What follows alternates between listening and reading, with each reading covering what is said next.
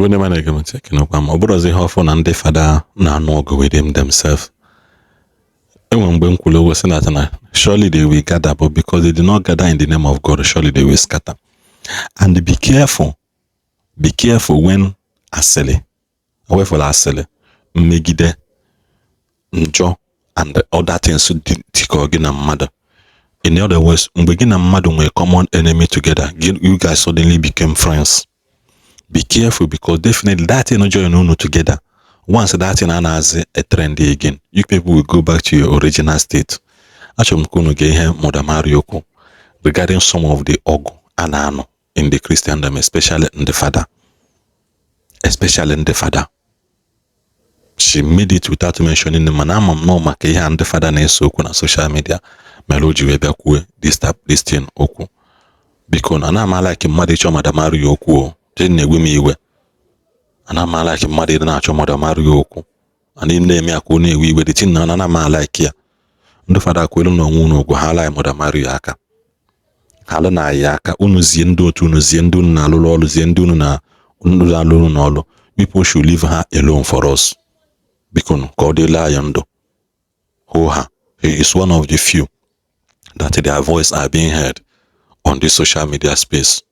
Can you because do Gordon. Hello friends. How are you? Irato Siramo Amo this afternoon.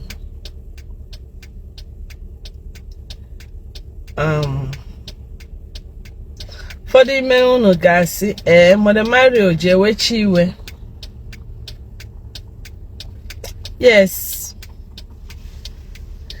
I cannot in any way compare myself with our Lord Jesus Christ. But even our Lord Jesus Christ, that demo Bobara no nonso we febe ndi mmadu na ele afia iwe welie we gbasasịa ife niile ha na-ere n'ụlọ nsọ nke Chukwu. One thing I hate in my life is generalization. I don't generalize things. Mara moye sister may fake it and sit on the sister ni all the sisters no. Mara me kwanu fwe boye Father many hensi no all the priest. One for any chire chichi o me hensi he ndi ni ne chi he chichi menka mba. Woku aha ki here me ekwensu. Onye obuna na ebi ndi otu o si wee masia. Obuna obodo oyibo ebe a kita nno na America. Ihe mete n'isi gi. Ife mete. Osikwa gị bụrụ onye ụkọchukwu. Ime ihe chide diocese gị na America. Ose gị bụrụ onye sister. Ihe ọbụna onye metere ọ ya azara ọnụ ya. Nga gị nwa ya ejie. Fine gị nwa ga-akwụ ya. You're not representing anybody. You're representing yourself. Ma abịa n'ihe ọjọọ metere. So onye osoro ya pụta kpọwashiwa ọnụ mewe ihe sọrọ ya file na-abịa na Nigeria ị gaghị aza afa gị ị ga-azakwa afa nna gị mgbe o setie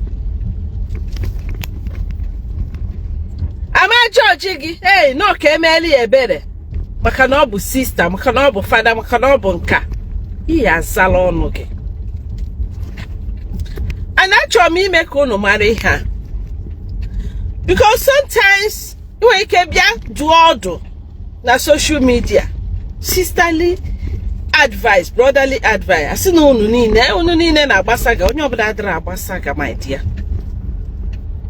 onye obula adapụta na social media welu mmadụ ibie na akọtọ adibe were mmadụ ibe m na akọtọ na social media. Onwe ife dị mkpa na ya eme address eme ya address. Ọ bụrụ mmadụ pụta na achọgharị Mwadi ibie ona adori si abụọ. Ufole na alụ ka onye ahụ na alụ.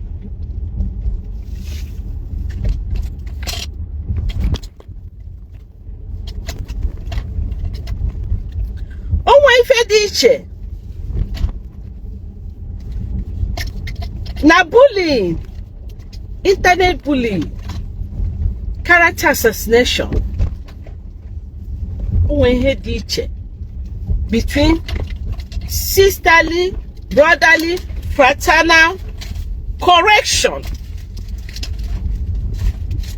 Yes, onwe ife ya eme na social media. Na social media ka ị need correct, yeah, but not bullying,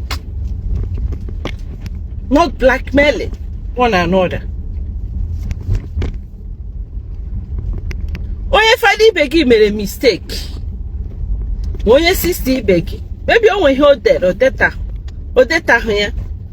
Ikponi na phone, si abiko, one them check ikwa ihe kowale a onwe ko ikali amara. What delete ya? Man, ụfọdụ ya enye onwe ha excuse si na maka na o mere na social media, mma correct ya na social media. Ịtụtụrụ nwanne gị onye gị na so alụ ofu ọnụ, ịtụtụrụ ya dorie na social media. Amara m onye chọrọ inye otuto ọ Chukwu ka o wee kwensu. Amara m faith, amara m ndị na-echi ha echichi. Anyị na-eprishiri kedu ha na-afụ ihe ndị anyị na-eme, kedu otu ị chọrọ ka faith ha wee dị? How do you want their faith to look like? Mgbe pụtara na social media, because onye ka na correct o ji dịka mụ na ụnụ ọ na-ekwuashi. M na-abịa na social media na-emere onwe m ife, na-enye ndị mmadụ aṅụrị. Until ma afụ ihe ụfọdụ n'ime anyị na-eme, ikwutọ mmadụ, ịtọwashi mmadụ. Oge ọbụla ifuru m pụtara otu ikwu okwu, ọ maka na ma afụ na onye na-ekwutọ mmadụ ibie, na-ekwutọ nwanne ya na ya so wee chi echichi. Adị m apụta na nkịtị. Just mpụtara life otu a, o nwe ihe kpọpụtalụ m. I like to give people joy. Onye yafu, irrespect chaye cheno mmadụ ka ọ bụ. Onwe ke ifu ihe ọ na-eme, hey, okwu Chukwu kita I canonize ya. O me ife di ya, o me charity I canonize ya. Ya o me ife digasi ya. Ito ya, onwe nke iji nye ya. Mana na-agazi ifunu onye kugoro n'enu oje ifuna in fact onye ahụ dị empty spiritually, ọ dị empty. Onwere ya handkerchief karịa wee nwume ifu ya of n'enu. A lot of people they much interested in a title. Before that, habit does not make a monk. Abrami hembuta maka efe ndi sister mneyi kita eyime efe ndi sister. Okwamo di ha. Abros mo nyembo. Maka ebe na banyi is all about title. Ndi banyi di Nigeria okachasi ndi Igbo. It's all about title. Ifembo. Imakwa onye mbụ onye ka ịbụ ofu ife buo gị kịta ifefuo.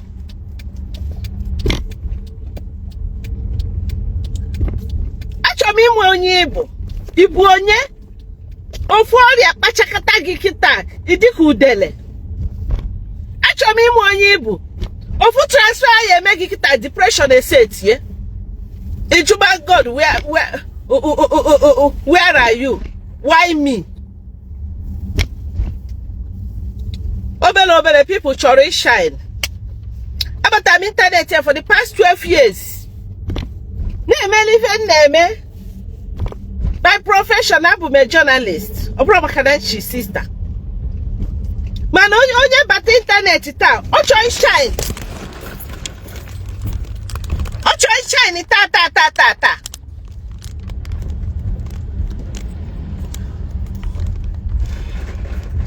Onye bata social media. Onye bata Facebook.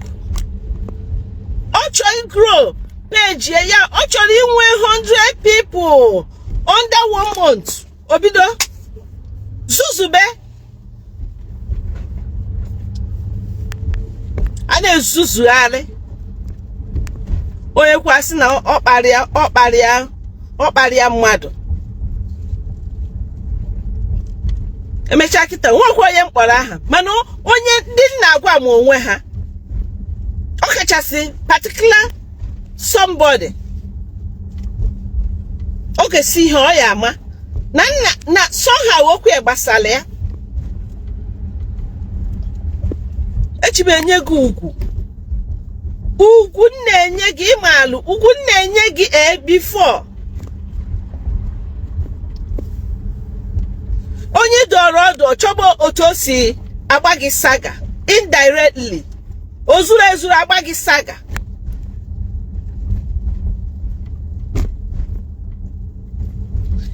Ifile na mmadụ adị emeti ya. Ifile na ma bụrụ ihe nsi na mbụ. Bịanụ bịakwute m. Bịa ka ịkọ. A lot of people in anya. Ima gwuru mmiri ha gwuru. Mmiri mara ha magi. Ima survive ya. My sister, my brother. Mmiri mara mu. If you mu Mario, mmiri magoro mu magi. Grace inwero. Ima survive ya. Obe little nke fesa silono. If onye onebe. Anyị na-amụle. Ịma na okenye na-atụ okpukpu. Eche m ururu.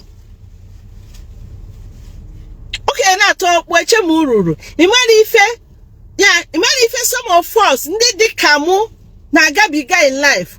Ọ gabigara. Mana ifili na iwe ike ịpụta na-agbatọsi ọnụ. Ahụ some people ha nọrọ n'ebe ha nọ na congregation ha nọ ha na-eleda gị anya feel na my congregation is already papa status congregation is recognized in this form check for that Rome is not built in a day. It was not built in a day. Check for na na-eji ije before agba ọsọ. Check for na sat ndị bụ ụzọ wee bata na nke gị ha tala ahụhụ ịmara ahụhụ hata ịpụtakịta ịbata na already made place ị na-agbawa shi ọnụ.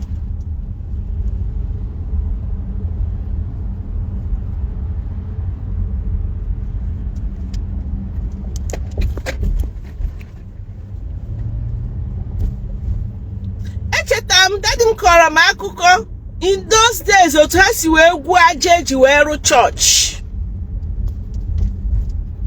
Meaning n'oge ahụ fada ndị n'oge ahụ ya ha bịa ha na-achụgharị ha na-egwu aja. Ịma na kịta eweta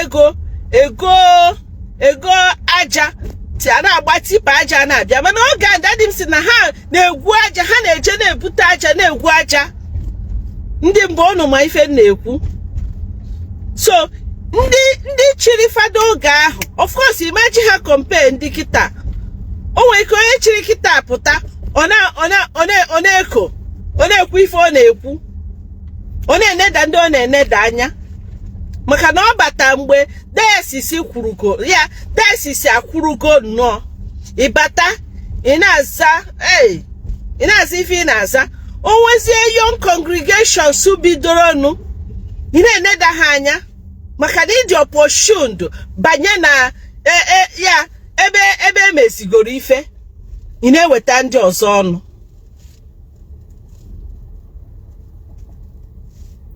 Onye anyị na-ewetara ọnụ na ndị na-ewetara ọnụ akwụba gị spiritually ịdị empty. Sister kubagi kubandi ne wetaronu, you are empty. Sikai mwaka anya funu ibia kamwaka.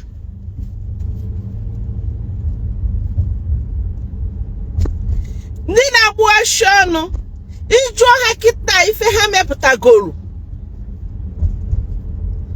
Akubagi kita sigi obuno onye chiri echichi obuno onye chi sister sigi sister. Biakenu sisi chi sister. Maybe 10 years, 20 years, 25. Can he meputagoro chukwu? Only if he meputa now we have a congregation to just name just like that. No extra.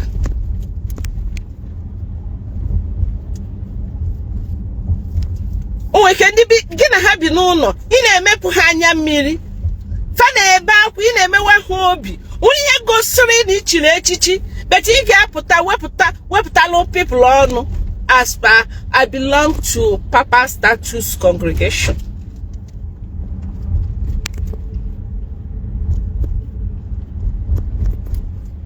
Natural chaff.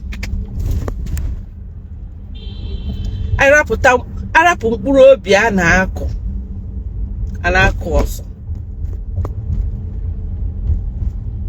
Onye si gị nwanne ya lolo ife anụ ị na-eme adịrọ mma ịchọba ụzọ isi ahụnt ya secretly, directly and indirectly.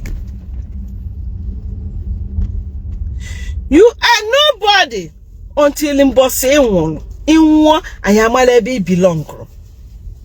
No matter how you will die. Tomorrow you wake up as soon as iwe odobe God okay.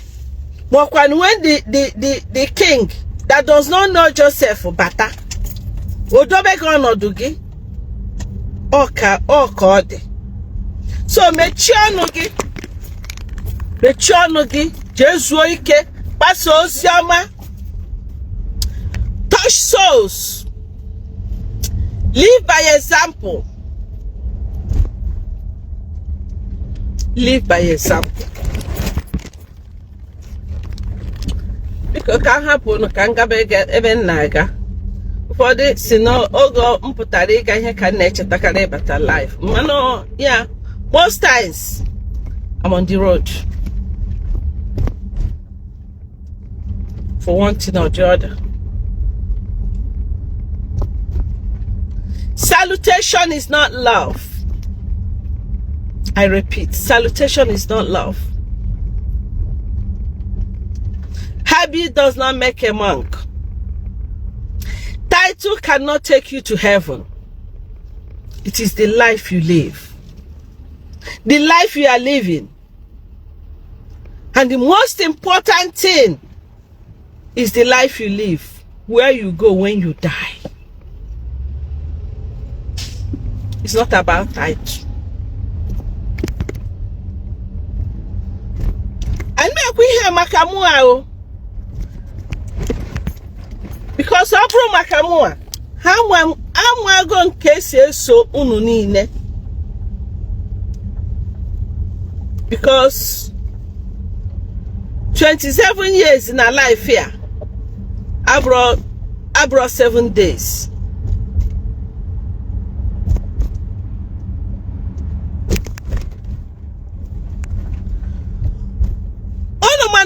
Onye cha nwere ike kpọrọ gị gaa ịṅụ mmanya hụ na aṅụcha mmanya ọpụta kpọ gị si na daakwụkwọ degidegi si na iwe ọṅụ mmanya mana ọ ya kpọkwara gị gaa ọ ya ụdị ndụ ụfọdụ n'ime anyị na-ebi gina mmadụ soro mmadụ abụọ soro go ohi ofo ya tọnụzie kpọba onye nke ọzọ onye ori.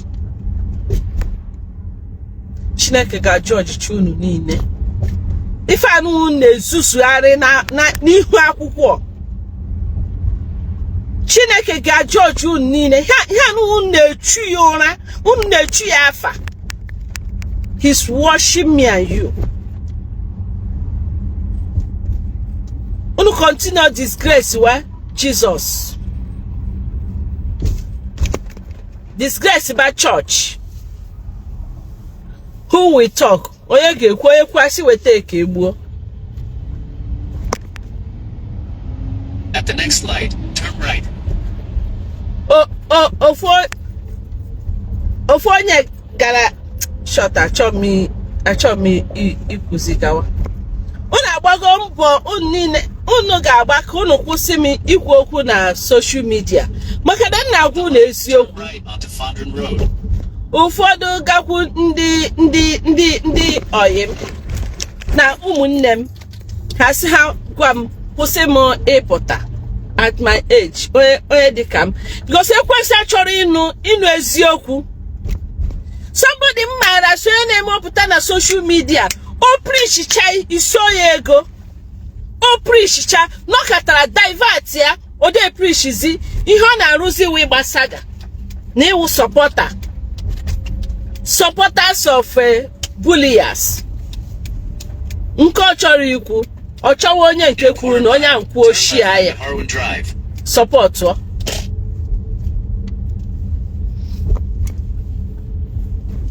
Nwanne m riadu du onwe gị ọdụ naba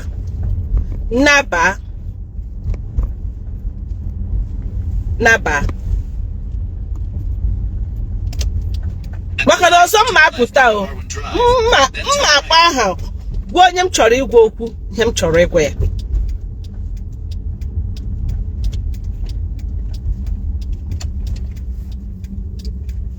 Nabanụ ọ bụkwa na ndị isi anyị eneba ihe ndị anya ha ka enebakwa ya anya because it's getting out of hand.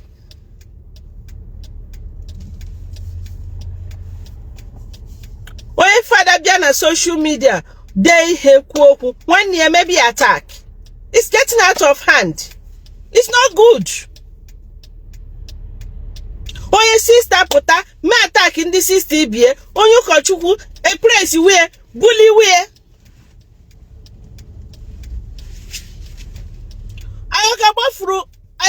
Agagbafuru ndị echichi na social media na ma mma unu ọ dịkwa ka oruola ga anyị ncha ya naba because enwere purpose eji bịa social media na ọ dịka the aim ọ dịwala defeated. Ọ bụ na anyị ncha ya esizi ya naba ka anyị naba anụ instead of this continual saga every time. Ihe na-ayazi na social media wu ndị echichi ha na-ayazi iwu anyị ka ndị mmadụ na-ayazi. It's a shame.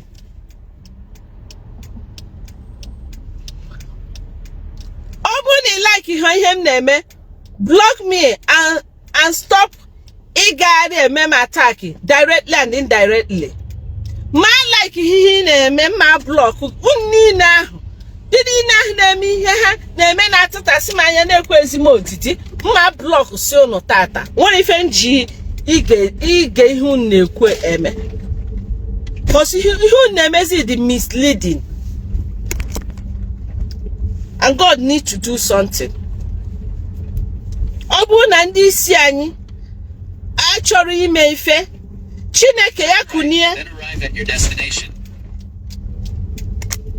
Let God arise and do his work.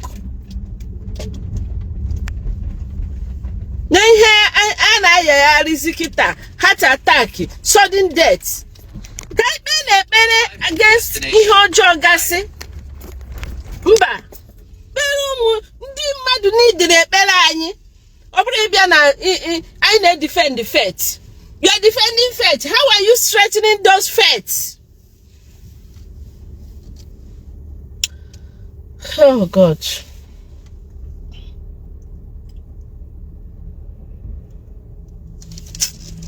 Because can rap on. God bless you, my good fans. Share this message. May God bless you all. In Jesus' name. Amen.